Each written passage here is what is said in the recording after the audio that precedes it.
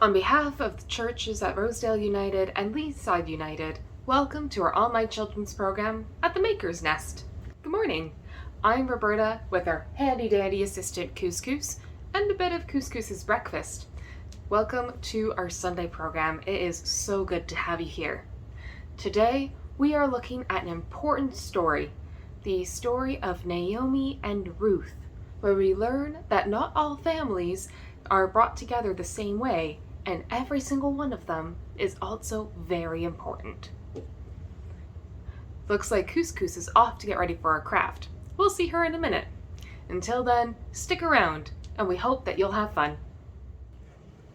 For today's craft, you're going to need the following: construction paper in whatever colors you like, some glue, or if you don't have glue, tape will work just fine, a pair of scissors, and some markers.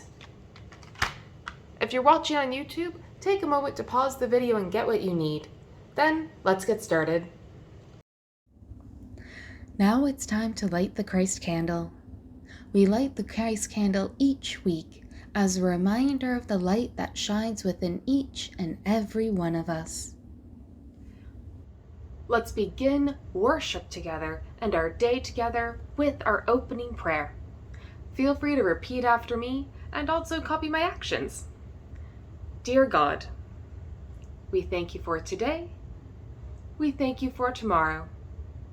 We thank you for our brains that help us think, our bodies that help us move, and our hearts that help us love. Amen. On Christian Family Sunday, we have a chance to learn about how many different families are formed. For Ruth and Naomi, they are a family made by God, just like the rest of us. But how they found each other may be very different than some of our families, and very similar to some of our other families. In ancient Israel, there were often problems like war and suffering. Naomi lived with her husband, Elimelech, and their sons in Bethlehem. However, there was no more food in Bethlehem, so Elimelech and Naomi made the decision to move to Moab. The country of Israel did not get along with the country of Moab and was at war with them.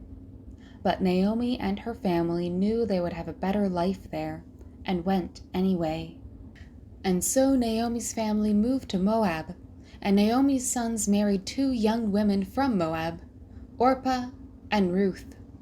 They were all happy together. When Naomi's husband died, her sons and their wives took good care of her. And when her sons died, it was just Naomi, Orpah, and Ruth. Naomi told Orpah and Ruth to return to their families that they came from, and she would go back to Bethlehem. Orpah, sad to see her mother-in-law leave, gave her and Ruth a big hug, and then returned to her village. But Ruth stayed with Naomi. "How could I leave you all alone?" she said. "Where you go, I will go. Where you live, I will live.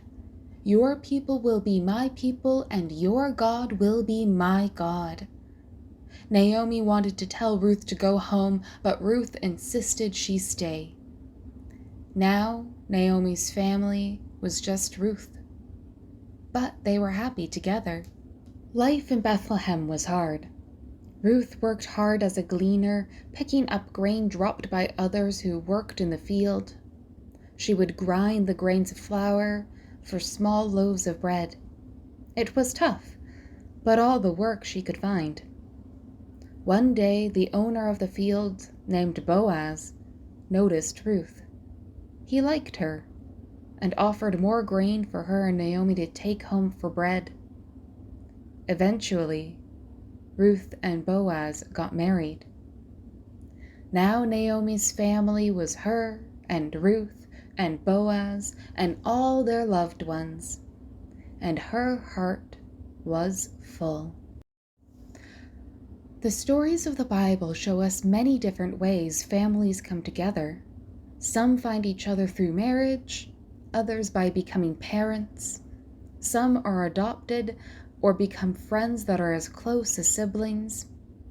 Others don't know where they come from, but know that the family they are with is one filled with love, just like our own families.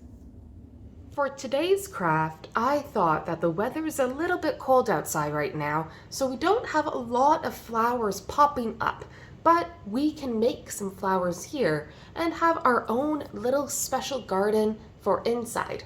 All you need is your construction paper, and we're gonna make some grass and some flowers. I'm starting with blue, but it's your craft. You can do any color you want. And then we're gonna take different types of construction paper here. And also, if you have recycled construction paper or construction paper that you have like a corner cut out of, take that. That could be excellent to be reused here for our craft. Now that we have all of the colors, just all of them here, we are going to start with when you think of flowers when you're outside. Before you see the flowers, what do you see on the ground that's green? That's right, we need to make some grass for our flowers. So we begin by, I'm gonna get the green, but like I said, it's your craft. If you want to do the grass in purple or in orange or in blue, go for it. So we have the background here, and we're going to put a little bit of the green on the blue. So it's like that, it overlaps. And then we cut this bit out so we have a nice green strip, and we are going to do that 2 times. Now we have 2 strips of green that go, and there are grass on the bottom, but we're not quite done yet. We are going to make the little grass blades here, and this is where getting some safety scissors is really handy. Because what you are going to do, and I am going to do right now, is we take our scissors and we cut a little ways down. Not all the way. That's the trick, is that this is still going to be stuck, and then you have this blade of grass doing its thing, and we're just going to go all along this strip here.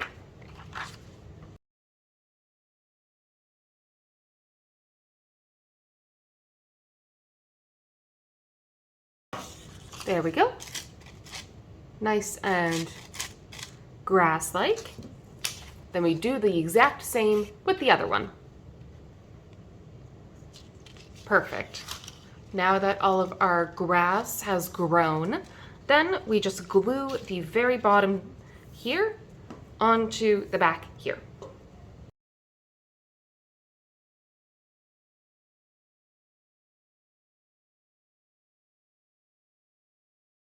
Just like that. Excellent. So we have some grass that's here. You might want to fluff it up a little bit, because grass is never perfectly straight. There's like some bends and some waves.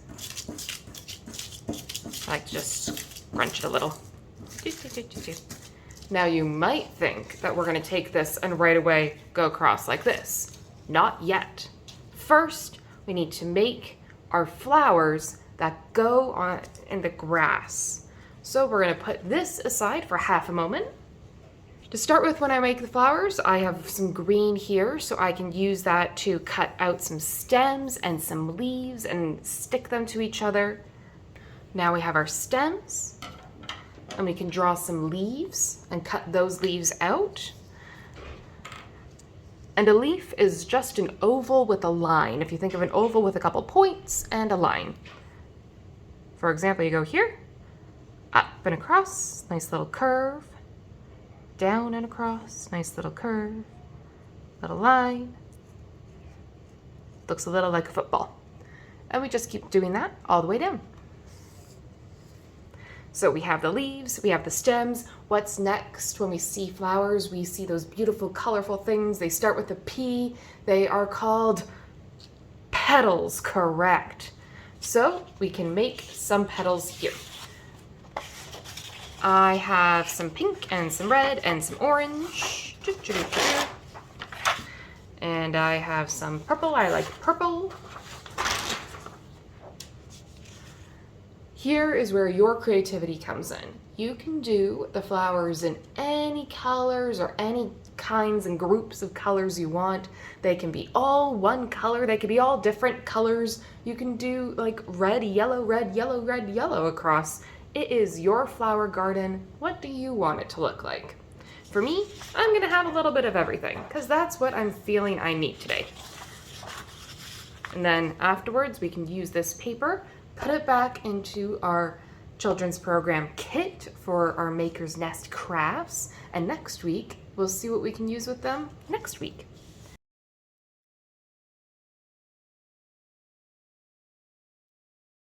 There we go. We have flowers, we have stems, we have leaves, and you can see I have some flowers of different shapes and colors and sizes.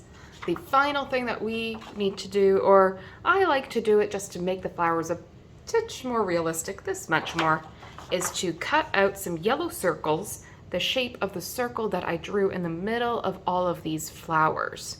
For all of these flowers, all I did was just draw a circle and then draw a loop that connected to the circle. And some were 3 or 4, some were 5. This one, I just drew a circle in the middle, and then I just turned the paper while wiggling my marker around, and it makes sort of like a funky shaped flower. I like it. Now we put all of this together, and we'll need our handy dandy glue stick. We start with gluing the yellow centers of all of these flowers to the centers of these flowers. I'd say let's put it in this one. Excellent. Then we put this together as the very fancy flower sandwich. We start with our base, that was the sky, and we had some grass here. Then we glue our stems wherever we want our flowers to stand, and just anywhere along here. All right, stems are on. Next, I'm gonna put the flowers in, and I just wanna take a moment to figure out where and who and how I want them to be placed.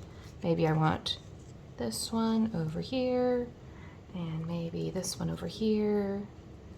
This one can be maybe down here. This one over here. And it's okay that they overlap a little bit, because like all flowers, when you go outside, you don't see all the flowers like standing in a perfect row. They overlap each other a little bit. There's some of that going on. And we're just gonna glue our flowers down, and we're almost done. Now, a little trick I like to do for flowers when I glue them is to not glue down the whole flower. Just put a little glue in the middle and stick it right there. Perfect. And then that way the flower petals, they come up a little bit. They add some texture. They make it a bit more 3D. And we're just gonna do that with all of our flowers. 2 more steps for our magical garden. Next is these leaves that we've cut out. What I'm going to do is you hold the bottom and you pinch it a little bit, just a little bit, but this bit here stays flat. And this just helps the leaves pop up a little bit. And then you can glue them wherever you want, and they come off the page. And the final thing that we are going to do for this is put on our second layer of grass that we made at the very beginning, and just glue it down on top of all of the stems so that all the flowers are poking out of the grass. Just stick that down, and like the first layer, you might want to scrunch them a little, because it's not going to be perfect. Leaves and grass tend to stick out.